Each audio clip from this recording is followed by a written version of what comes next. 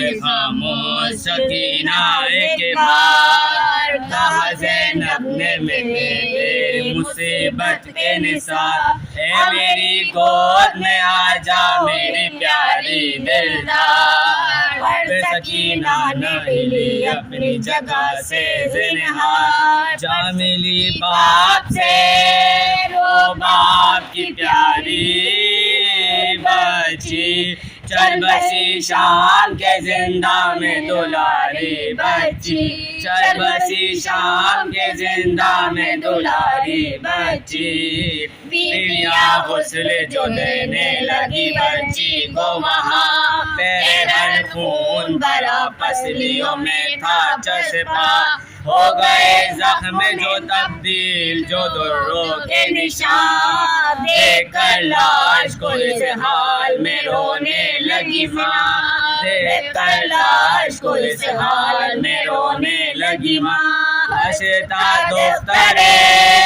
سلطان مدینہ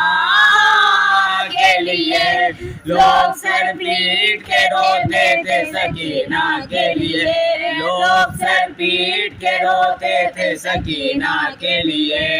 کامتے ہاتھوں سے عابد نے بنائی تربت، دفن کی اس میں حسین ابن علی کی دولت، نہ سنی اور نہ دیکھی کہیں ایسی غربت، دل برایا تو ہوئی حد سے زیادہ رقت، دل برایا تو ہوئی حد سے زیادہ رقت، بچی کے حال پہ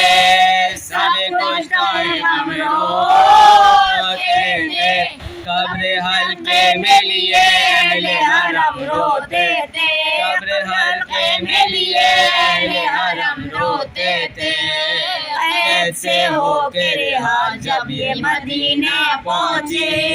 ماں کے کانوں میں سکینہ کے سخن گونجتے تھے، جو ستم بچی پر ٹوٹے وہ بھلائے نہ گئے،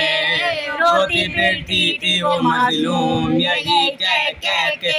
روتی پھرتی تھی وہ مظلوم یہی کہہ کہہ کے، ہو کے جب شام کے زندہ سے ہوا آتی ہے، اے سکینہ تیرے رونے کی صدا آتی ہے، ہو کے جب شام کے زندہ سے ہوا آتی ہے، اے سکینہ تیرے رونے کی صدا آتی ہے، اے سکینہ تیرے رونے کی صدا آتی ہے، سر جو شبیر کا زندان میں لائے خدا۔ انما يريد الله ليذهب عنكم الرجس اهل البيت ويطهركم تطهيرا۔ اللهم صل على محمد وآل محمد۔ بسم اللہ الرحمن الرحیم، الحمد للہ رب العالمین، الصلاۃ والسلام علی اشرف الانبیاء والمرسلین وخاتم النبیین بالقاسم محمد۔ اللهم صل على محمد وآل محمد۔ سورہ فاتحہ۔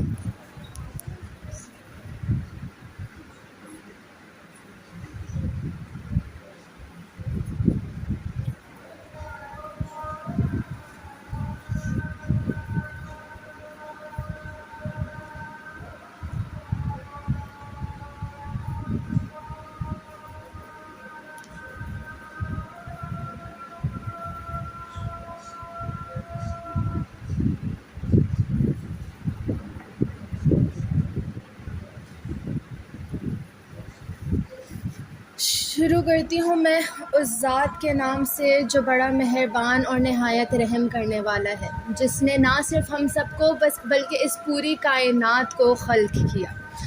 وہ خدا جو کہ رحمان الرحیم ہے اور ہر چیز پر قادر ہے اور جس کے ہم بندے ہیں، اور اس کا یہ ہم پر سب سے بڑا احسان ہے کہ اس نے ہمیں اس در سے متصل کیا جو کہ در اہل بیت ہے۔ اللهم صل على محمد وآل محمد وعجل فرج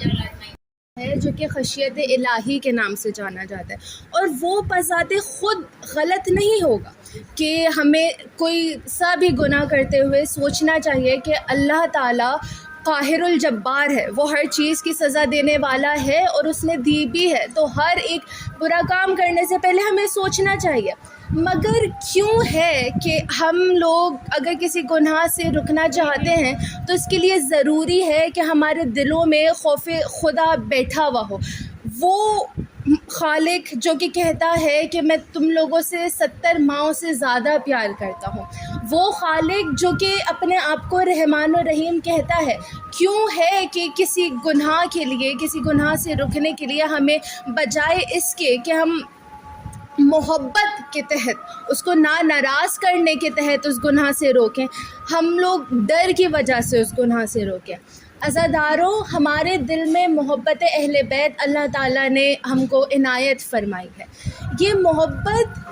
ایک عام محبت نہیں ہے کہ صرف جیسے ایک عام ماں باپ سے محبت ہوتی ہے یا کسی بھی شخص سے محبت ہوتی ہے، یہ وہ ان شخصیات سے محبت ہے جن کو نہ ہم نے کبھی اپنی زندگی میں دیکھا، نہ ہی وہ ہمارے زمانے میں ایگزسٹ ہوئے، مگر یہ محبت صدیوں، ہزاروں سالوں کے فاصلے تک ابھی بھی اسی جوش اور ولولے کے ساتھ ہمارے دلوں میں موجود ہے۔ تو یہ بیسکلی اہل بیت سے محبت ہمیں کیا سکھاتی ہے کہ اللہ تعالیٰ بھی وہی ایک ایسی ہی بینگ ہے جس کو نہ ہم لوگ سمجھ سکتے ہیں، جو ہماری عقلوں سے باہر ہے، جو کہ ہماری عقلیں سوچ بھی نہیں سکتی ہیں، اس سے بلند ہے وہ۔ تو اس ذات سے محبت کرنے کے لیے جب ہم لوگ ان لوگوں سے، ان شخصیات سے محبت کر سکتے ہیں جن کا صرف ذکر سنتے سنتے ہمارے دلوں میں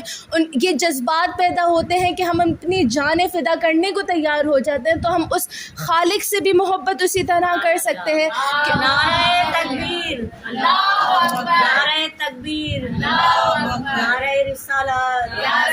نعرہ رسالت، نعرہ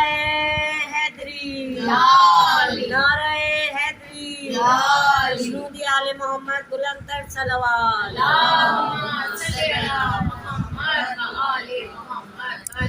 اہل بیت ذریعہ ہیں ہمیں خدا تک پہنچانے کے لیے،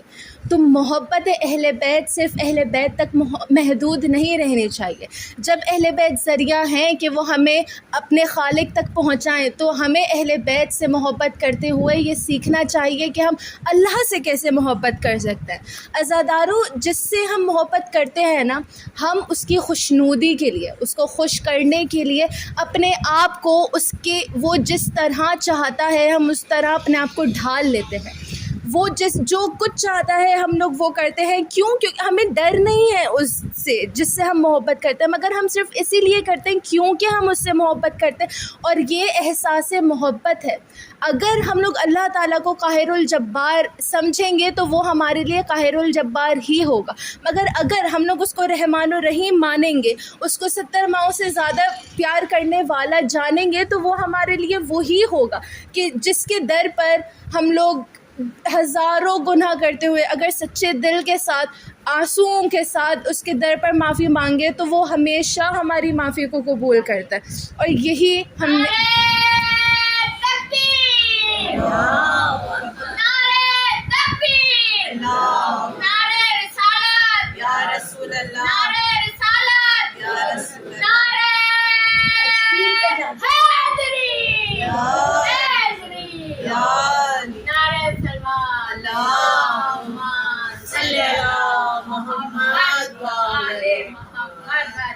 آج کے موضوع کی طرف بڑھتے ہوئے میں زیارت عاشورہ کا بھی تذکرہ کرنا چاہوں گی کہ یہ زیارتیں جو ہمارے پاس ہیں وہ ہمیں اپنے 12 اماموں سے ملی ہیں۔ زیارت عاشورہ خصوصی طور پر امام باقر سے ہمیں ملی ہیں۔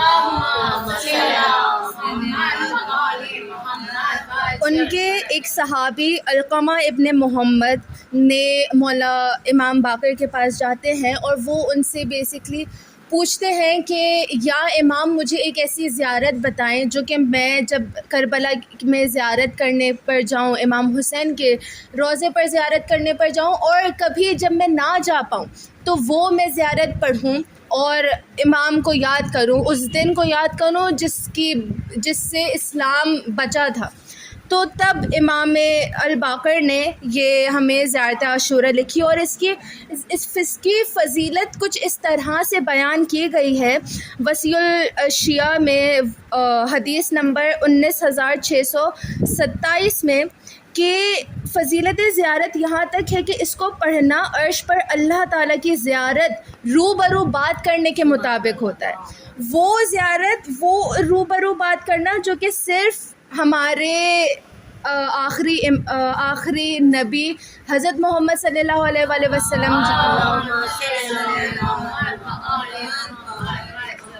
جانے جاتے ہیں. اور اس کی ایک اور یہ بھی فضیلت ہے کہ اس کو پڑھنے سے روز جمعہ آپ کے اگلے اور پچھلے سارے گناہ معاف ہوتے ہیں. عزاداروں، جب حج بھی کوئی کرنے جاتا ہے نا، تو اس کا بھی، حج کرنے کا بھی یہ ثواب ہوتا ہے کہ آپ کے پچھلے سارے گناہ معاف ہوتے ہیں. یہ صرف امام حسین کا ہی کمال ہے کہ پچھلے تو گناہ معاف ہو رہے ہیں، مگر اس کے ساتھ ساتھ اگلے بھی گناہ معاف ہو رہے ہیں.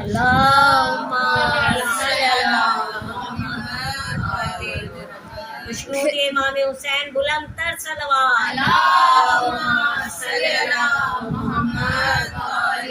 پھر ایک اور زیارت ہے جو کہ ہمارے چوتھے امام زین العابدین سے ملی ہے،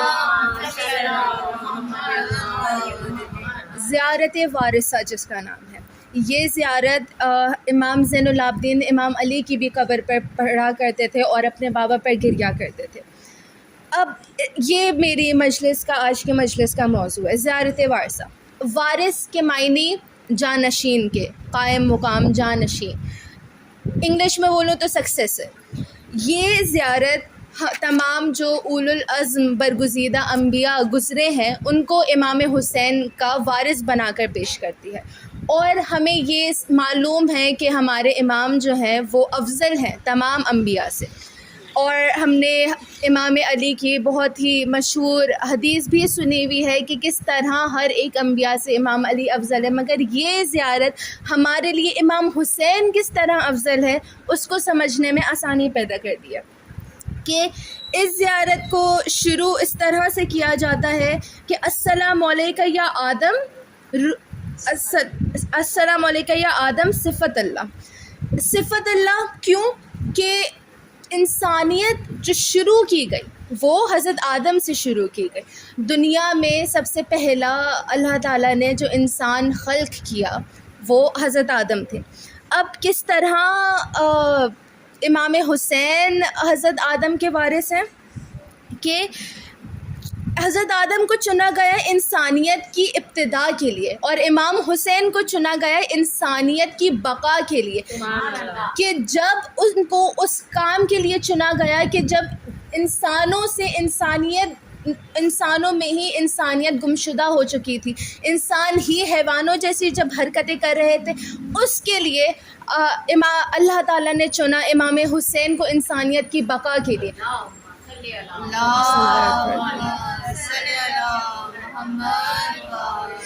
اور پھر اس طرح بھی کہ جب حضرت آدم کو خلق کیا گیا تھا اور اللہ تعالیٰ نے بتایا تھا کہ میں اپنا خلیفہ بنا کر بھیجوں گا اس مخلوق کو، تو تب فرشتوں نے گلہ کیا تھا کہ اے اللہ یہ مخلوق فساد کرے گی، یہ مخلوق آپ کی راہ سے ہٹ جائے گی، آپ کی راہ سے پھر جائے گی. تو اللہ تعالیٰ نے تب اس وقت جواب دیا تھا کہ تم لوگ وہ نہیں جانتے جو میں جانتا ہوں. اس شکوے کا، اس سوال کا جو فرشتوں نے اللہ تعالیٰ سے اس وقت حضرت آدم کی پیدائش پر کیا تھا، اس شکوے کا جواب امام حسین کربلا کے مقتل میں تھے کہ جب وہی فساد جو انسان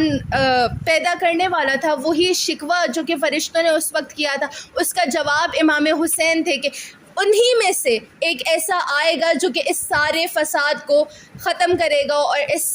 اور تمام بنی نوع انسانوں کو بیسکلی انسانیت واپس بخشے گا ان کے اندر.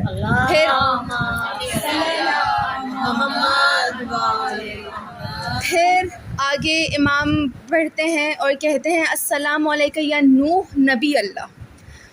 آدم حضرت نوح کو حضرت نوح کا دوسرا لقب بھی ہے آدم ثانی. آدم ثانی کے نام سے ان کو کیوں جانا جاتا ہے؟ کہ جب ان کے دور میں بیسکلی تمام مخلوقات ڈوب گئی تھی سمندر کے سیلاب میں، سوائے ان کے جو کہ کشتی نوح پر سوار تھے. اور رسول اللہ نے خود بہت ساری جگہ پر اہل بیت کو تشبیہ دی گئی ہے کشتی نوح سے. اور ویسی کشتی حضرت نوح کی کشتی کیا تھی کہ انہوں نے ان لوگوں کو زندگی بخشی تھی جو کہ اس کشتی پر سوار ہو گئے تھے. امام حسین کی کشتی کیا کرتی ہے؟ اگر ہم لوگ اس کشتی پر سوار نہیں ہوں گے زندہ تو رہیں گے نا. زندگی سے کچھ بڑھ کر جو ہے وہ امام حسین کی کشتی پر سوار ہو کر ہمیں ملتا ہے. اور وہ کیا ہے؟ وہ صحیح راستہ ہے، وہ ہمیں اللہ تعالیٰ تک پہنچانے کا ذریعہ ہے، اور جو جنت بیسکلی ہمیں صحیح راستے پر پہنچانے والی کشتی ہے. کہ شاعر نے بھی کیا خوب کہا ہے کہ امام حسین نے صرف نہ تو ہمیں بلکہ ہمیں ملتا بھی ہے واقعات میں کہ حضرت حر کو بھی اس کشتی پر سوار کیا. حضرت زہیر ابن قین جن کا ارادہ نہیں تھا کہ وہ کربلا میں امام حسین پر اپنی جان قربان کریں گے، مگر ایسا اللہ تعالیٰ نے بندوبست کیا کیونکہ وہ امام حسین کی کشتی پر سوار تھے کہ ان کو بھی کربلا میں اپنی شہادت پیش کرنے کا موقع ملا. تو شاعر نے بھی کیا خوب کہا ہے کہ میرے حسین تو حجت تمام کر کے گئے، جناب حر کو بھی عالی مقام کر کے گئے. جو کل تلک تھا مقابل وہ آج عاشق ہے، حسین اس کو بھی اپنا غلام کر کے گئے. جو شخص ڈوب رہا تھا گناہ کے دریا میں، حسین اس کو بھی علیہ السلام کر کے گئے.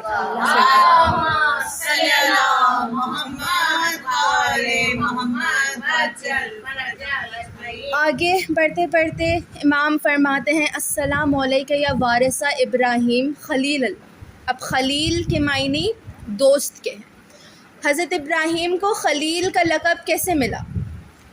حضرت ابراہیم کو ہمیں قرآن سے یہ پتہ چلتا ہے کہ ان کو بہت سارے امتحانات، آزمائشوں سے گزرنا پڑا جس سے ان کو خلیل اللہ کا لقب ملا. ان میں سے سب سے جو مشہور آزمائش ہے جس سے ان کو ذبیح عظیم کا بھی لقب ملا، وہ آزمائش ہے حضرت اسماعیل کو قربان کرنے والی. اور یہ بات ہم سب لوگ بہت اچھی طرح جانتے ہیں کہ یہ واقعہ کس طرح ہوتا ہے کہ حضرت اسماعیل کو، حضرت ابراہیم کو خواب میں یہ خواب آتا ہے کہ وہ حضرت اسماعیل کو قربان کر رہے ہیں، اور 3 دنوں تک یہ لگاتار خواب آتا ہے. تو وہ حضرت اسماعیل سے مشورہ کرتے ہیں اور وہ اس پر بولتے ہیں کہ جی بابا جان، یہ اللہ کی طرف سے ایک حکم ہے جس پر ہمیں اترنا چاہیے. تو حضرت ابراہیم چلتے ہیں حضرت اسماعیل کو لے کر، اپنے آنکھوں پر پٹی باندھتے ہیں، حضرت اسماعیل کے ہاتھوں اور پاؤں کو باندھتے ہیں. کیوں باندھتے ہیں؟ کیا ان کو اپنے آپ پر بھروسہ نہیں تھا کہ اگر وہ اپنے بچے کے گلے پر چھری دیکھیں گے تو وہ یہ نہیں کر پائیں گے، اللہ تعالیٰ کے حکم پر کامل نہیں اتر پائیں گے؟ اور کیا حضرت اسماعیل کو اپنے اوپر یہ بھروسہ نہیں تھا کہ اگر وہ اپنے بابا کی ہاتھ میں شمشیر دیکھیں گے تو وہ وہاں سے اٹھ نہیں جائیں گے، یا وہ وہاں اس شمشیر کو روکنے کا ارادہ نہیں کریں گے؟ تو اللہ تعالیٰ نے حضرت ابراہیم کی قربانی قبول کی. سورہ الصفات کی آیت میں اللہ تعالیٰ فرماتے ہیں کہ اے ابراہیم، میں نے تمہاری قربانی کو قبول کیا اور اس قربانی کو ذبیح عظیم میں تبدیل کیا. مگر یہ قربانی صرف قبولیت کے درجے پر تھی. اب قبول ہونا بہت ہی کہ مطلب پاسنگ مارکس، اس امتحان میں ان کو پاسنگ مارکس ملے. تو اس پر جب حضرت ابراہیم نے شکوہ کی کہ اے اللہ، تم نے میں نے اپنے بیٹے کو قربان کرنے کے لیے میں تیار تھا، تو تم نے کیوں نہیں اس کو اور زیادہ افضل طریقے پر قبول کیا؟ تو اللہ تعالیٰ نے تب حضرت ابراہیم سے پوچھا کہ اے ابراہیم، تم نے آنکھوں پر پٹی کیوں باندھی؟ حضرت ابراہیم فرماتا ہے اے اللہ، میرا بیٹا تھا وہ، اگر ایسا امتحان دینا تھا تو والد نہ بناتا. کہ کون والد اپنے بیٹے کو اپنے ہاتھوں سے اپنے بیٹے کے حلق پر اپنے ہاتھوں سے شمشیر پھیرتا ہے، تب اللہ تعالیٰ نے بولا تھا کہ اے ابراہیم دیکھنا ایک باپ ایسا آئے گا کہ نہ اس کے آنکھوں پر پٹی ہوگی اور نہ ہی اس کے بیٹے کے ہاتھ اور پاؤں بندھے ہوئے ہوں گے، مگر پھر بھی وہ اللہ کے حکم پر کامل اترے گا کہ روز عاشور کی جلتی دھوپ میں شبیر نے اے خلیل اللہ تیرا خواب پورا کر دیا، سینہ اسلام میں لگنے ہی والی تھی سنا، سامنے اکبر نے پھر اپنا کلیجہ کر دیا۔ یہ ہے فرق حضرت ابراہیم کی قربانی میں اور امام حسین کی قربانی میں کہ وہ کس طرح حضرت ابراہیم کے وارث ہیں اور کس طرح ان سے افضل ہیں۔ آگے ہمارے امام فرماتے ہیں امام حسین کو کس طرح سلام پیش کرتے ہیں کہ السلام علیکہ یا موسیٰ کلیم اللہ۔ اب یہاں پر ان کا لقب آ گیا کلیم اللہ۔ کلیم اللہ کس وجہ سے مشہور ہے کہ حضرت موسیٰ واحد نبی تھے جو کہ اللہ تعالیٰ سے کلام کیا کرتے تھے۔ اب یہاں پر جو بات زیادہ وثوق سے بتائی جاتی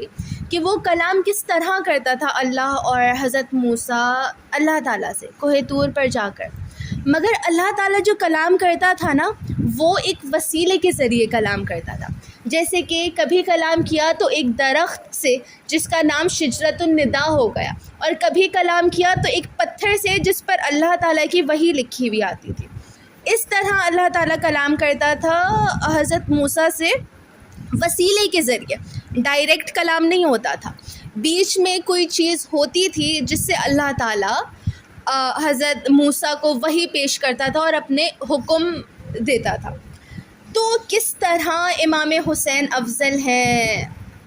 حضرت موسیٰ سے جو کہ اللہ تعالیٰ سے کلام کیا کرتے تھے، تو یہ ہمیں پتہ چلتا ہے کہ حضرت موسیٰ سے کلام کرنے کے لیے اللہ تعالیٰ کو نے ایک وسیلہ استعمال کیا کہ حضرت موسیٰ برداشت نہیں کر سکتے تھے کہ اللہ تعالیٰ ان سے ڈائریکٹ کلام کرے بغیر وسیلے کے۔ اور ہمیں کب ملتا ہے کہ کیا کہ اللہ تعالیٰ بغیر کسی وسیلے سے امام حسین سے کلام کر رہا ہے؟ دو جگہ امام حسین سے نہیں، ایک جگہ حضرت محمد کو معراج کے مقام پر بلا کر اللہ تعالیٰ بغیر کسی وسیلے سے روبرو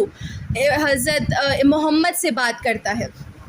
اس لیے اس گفتگو کی وجہ سے اس جگہ کا نام عرش معلیٰ، وہ پہلے عرش تھی مگر کیونکہ اللہ کی آواز وہاں پر سنائی دی گئی تو اس کا نام عرش معلیٰ ہو گیا۔ اور زمین پر صرف ایک ہی جگہ ہے جس کے نام کے ساتھ معلیٰ لگتا ہے، اور وہ کربلا معلیٰ ہے۔ تو کیوں لگتا ہے؟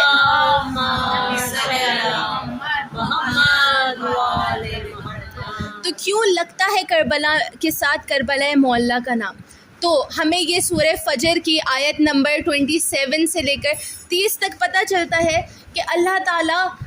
امام حسین سے وقت عصر کیا کہتا ہے کہ اے نفس مطمئنہ پلٹا اپنے رب کی طرف اس حال میں کہ تو اس سے راضی اور وہ تجھ سے راضی، اور اپنی جنت میں شامل ہو جا۔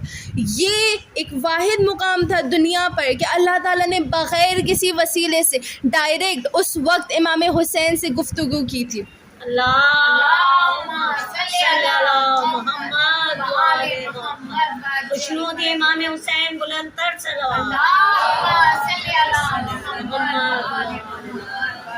اور اللہ کے کلام کے ہر ایک لفظ میں مصلحت ہوتی ہے، ہر ایک لفظ میں گہرائی ہوتی ہے۔ تو یہاں پر اللہ تعالیٰ کیا کہتے ہیں کہ اے نفس مطمئنہ پلٹا اپنے رب کی طرف اس حال میں کہ تو اللہ سے راضی اور وہ تجھ سے راضی۔ کچھ اور ہوتی ہیں قربانیاں جو کہ اللہ صرف قبول کرتا ہے، اور کچھ اور ہوتی ہیں قربانیاں جس پر اللہ تعالیٰ پوچھتا ہے کہ کیا تو مجھ سے راضی ہے کہ میں تجھ سے راضی ہوں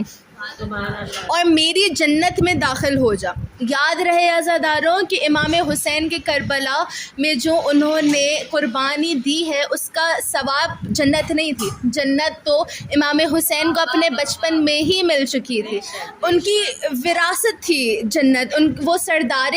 جوانان جنت تھے۔ یہاں پر اللہ تعالیٰ کہتا ہے کہ پلٹ آ، داخل ہو جا میری جنت میں۔ کیوں؟ تاکہ جنت کو وہ مقام مل سکے کہ باقی سارے امام حسین بلند تر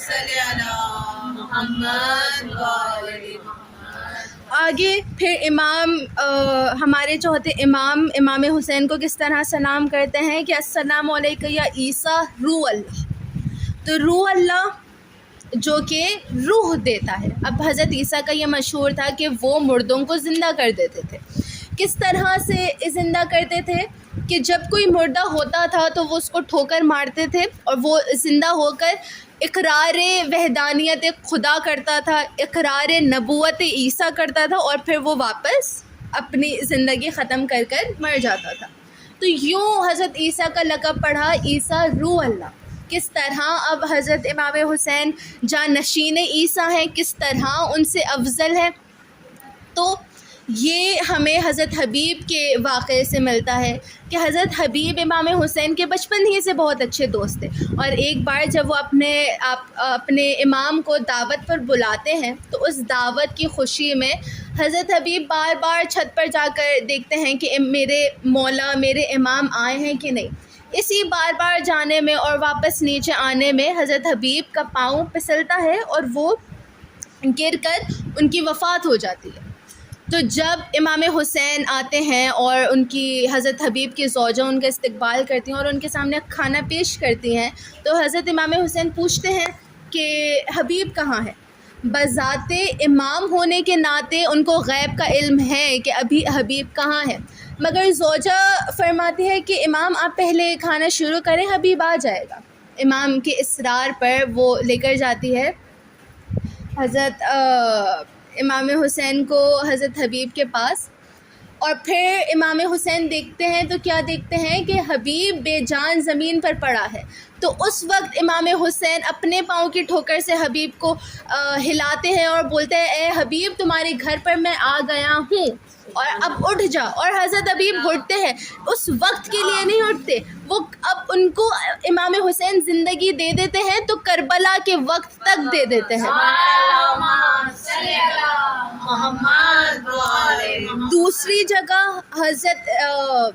دوسری جگہ ہمیں کیا ملتا ہے کہ راہب نے جو اپنے 7 بیٹے قربان کیے تھے, امام حسین جو ان کو دوبارہ زندگی دیتے ہیں, ان کا سر جو قلم ہوا ہوتا ہے اس کو دوبارہ جوڑ کر ان کو جو زندگی دیتے ہیں وہ صرف ایک محدود وقت کے لیے نہیں تھی بلکہ اپنی پوری جو ان کے آگے زندگی لکھی ہوئی تھی اس وقت تک کے لیے تھی. اور اس طرح بھی حضرت عیسیٰ سے امام حسین افضل ہیں کہ حضرت عیسیٰ کے یہ جو صفات تھیں وہ صرف ان کے وقت تک محدود تھی. امام حسین 1400 صدیاں گزر چکی ہیں کربلا کے واقعے سے, ان کی شہادت ہونے سے, مگر آج بھی ان کے در سے نہ صرف لوگوں کو شفا ملتی ہے بلکہ مردے بھی زندہ ہوتے ہیں.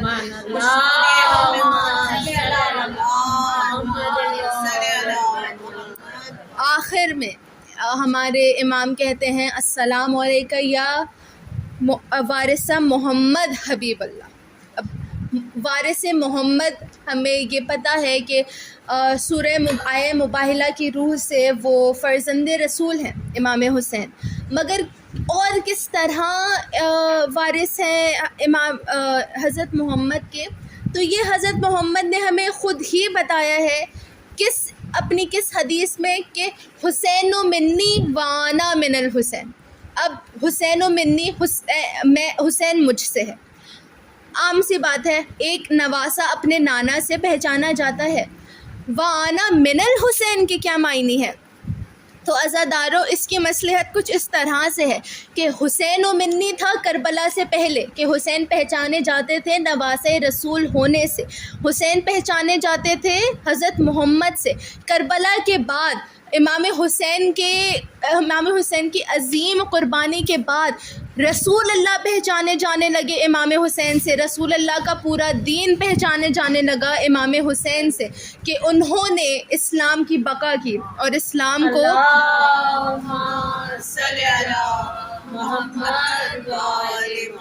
اور اسلام کو زندگی دی. کہ پھر اس سب کے بعد اگر میں یہ بولوں کہ جب ہو کے گزر جائیں 1.25 لاکھ پیغمبر تب جا کے کہیں آتا ہے دنیا میں ایک حسین, تو یہ غلط نہیں ہوگا. کہ عزاداروں یہ کربلا یوں ہی نہیں تیار ہوئی, اس کربلا کے لیے کہ کربلا صرف ایک خواب نہیں تھا جو کہ 3 دنوں سے دیکھا گیا تو اس پر عمل کیا گیا. یہ کربلا تیار ہوئی ہے. اس کربلا کے لیے ہر کسی نے اپنی اپنی قربانیوں کو اپنے ہی طریقے سے تیار کیا ہے. کہ ہم لوگ کیا دیکھتے ہیں، حضرت محمد تیار کرتے ہیں امام حسین کو کربلا کے لیے. وہاں پر امام علی نماز شب کی دعاؤں میں کس طرح کربلا کی تیاری کرتے ہیں کہ عباس کو مانگتے ہیں، کہتے ہیں اے خدا تم نے مجھے سب کچھ دیا ہے، مگر آج میں اپنی نماز شب کی دعا میں ایک ایسا بیٹا مانگ رہا ہوں جو کہ کربلا میں میرے حسین کی نصرت کرے گا. یہ تیاری ہے کربلا کی عزاداروں. یہاں پر بی بی فاطمہ ہمیں ملتی ہیں بی بی زینب کو تیار کرتے ہوئے کہ اے زینب جہاں حسین جائے تم وہاں اس کے ساتھ چلی جانا. امام حسن ہمیں ملتے ہیں حضرت قاسم کے بازو پر تعویذ باندھے ہوئے اور یہ فرماتے ہوئے کہ اے قاسم جب تم پر بہت سخت مشکل کا وقت آئے تب اس کو کھولنا.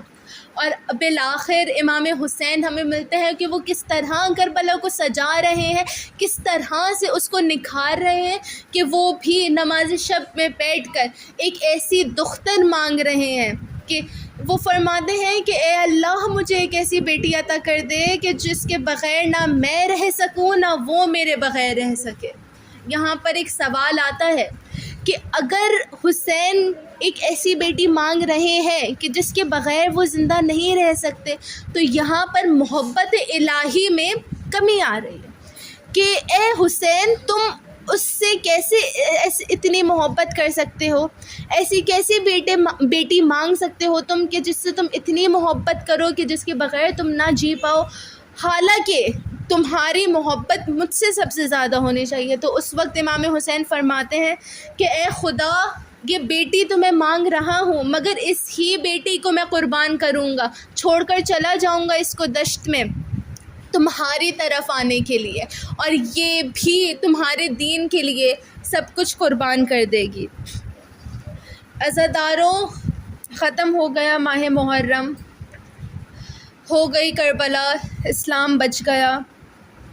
سب نے اپنی قربانیاں پیش کر دی.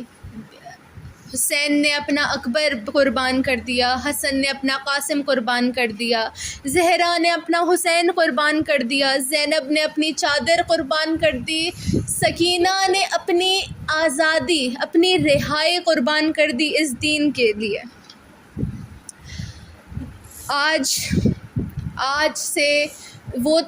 سے یہ وہ تاریخ ہیں جو کہ جب اہل حرم کربلا سے واپس مدینے میں داخل ہوئے تھے. ہمیں یہ ملتا ہے کہ بشیر آتا ہے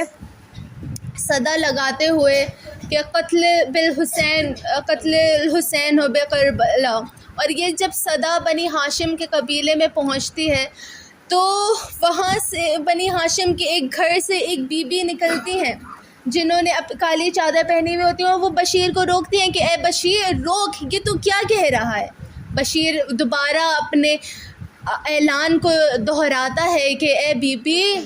کربلا میں حسین مارا گیا ہے. تو وہ بی بی پوچھتی ہے کہ اے بشیر ایسا کیسے ممکن ہے کہ کربلا میں حسین مارا گیا کہ جب حسین کے ساتھ عباس موجود تھا. تب وہ بشیر بیان کرتا ہے کہ اے بی بی عباس پہلے مارا گیا حسین سے. وہ بی بی کہتی ہے کہ اے بشیر میں یہ قبول نہیں کرتی کہ کس کی مجال ہے کہ وہ عباس کو جنگ میں مار سکے، کس کی مجال ہے کہ وہ علی کے شیر بیٹے کو جنگ میں قتل کر سکے، جنگ میں شہید کر سکے. تو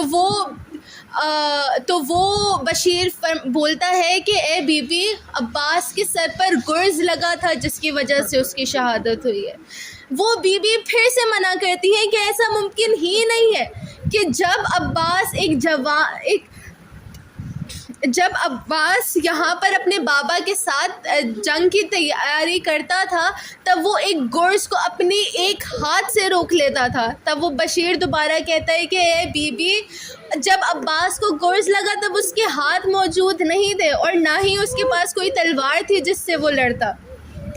تب ایک مرتبہ وہ بی بی زمین پر گر جاتی ہے اور اپنے سر پر خاک ڈالنے لگتی ہے. وہ بشیر اصرار کرتا ہے کہ اے بی بی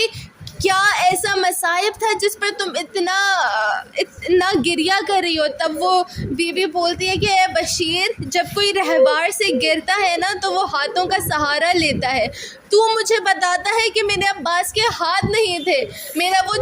میرے اس چاند بیٹے کا چہرہ کتنا زخمی ہو گیا ہوگا۔ اے بشیر، میں اس کی ماں ہوں، میں ام البنین ہوں۔ عماریہ پہنچتی ہیں، عماریہ داخل ہوتی ہیں مدینے میں۔ بی بی سغرا کو جب یہ خبر ملتی ہے کہ گھر والے لوگ پلٹ کر دوبارہ وطن آ گئے ہیں، ایک عرصہ گزر گیا تھا، سغرا اپنے گھر والوں کی فرقت میں تڑپتی رہتی ہے اور وہ پھر تڑپتی رہتی تھی۔ اب وہ اپنے گھر کے باہر کھڑی ہو کر انتظار کرتی ہے کہ قبیلے میرے گھر کے لوگ دوبارہ آئیں گے۔ تو جب کچھ دیر گزرتی ہے اور اس کو نہیں نظر آتے کہ کوئی یہاں پر عماریوں کے ساتھ داخل ہوتا ہے، تو وہ پوچھتی ہیں بشیر سے جا کر کہ اے بشیر، تم نے جن کے آنے کا اعلان کیا تھا وہ کہاں ہیں؟ وہ کیوں نہیں آتے اپنے گھر کی طرف؟ تو وہ بشیر بتاتا ہے کہ اے بی بی، وہ قبر رسول پر گئے ہیں، قبر رسول پر اپنا سلام دینے کو گئے ہیں۔ بی بی سغرا جاتی ہیں روضہ رسول پر، تو وہ کیا دیکھتی ہیں کہ روضہ رسول کے باہر ایک بزرگ آدمی عصا لے کر خاک پر بیٹھا ہوا ہے۔ بی بی اس کے پاس جاتی ہیں اور بولتی ہیں کہ اے شخص، تجھے یہ معلوم نہیں کہ اندر سیدانیاں بیٹھی ہیں، اندر سیدانیاں واپس پلٹ کر وطن آئی ہیں؟ تو کون ہوتا ہے یہاں پر بیٹھنے والا؟ کیا عباس نہیں تھے یہ بتانے والے اور نامحرموں کو یہاں سے ہٹانے والے؟ کیا اکبر نہیں تھے تاکہ وہ یہاں سے سب لوگوں کو ہٹاتے؟ تب ایک بار وہ بزرگ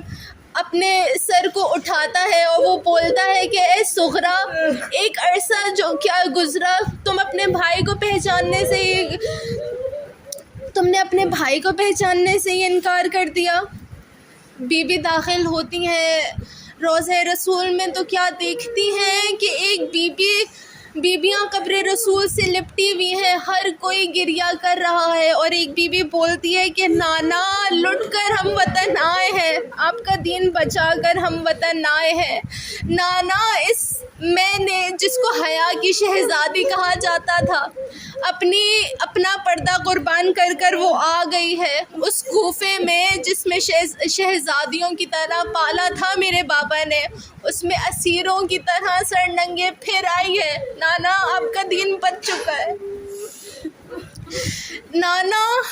کربلا میں قیامت گزر گئی۔ نانا، بھائی کی سونپی ہوئی امانت شام میں رہ گئی۔ نانا، لٹ کر میں وطن آئی ہوں۔ سوغات پردیس، میرے پاس کچھ نہیں ہے سوائے اس کرتے کے، اور ایک خون بھرا کرتا قبر رسول کے اوپر رکھ دیتی ہے زینب۔ تو کیا محسوس ہوتا ہے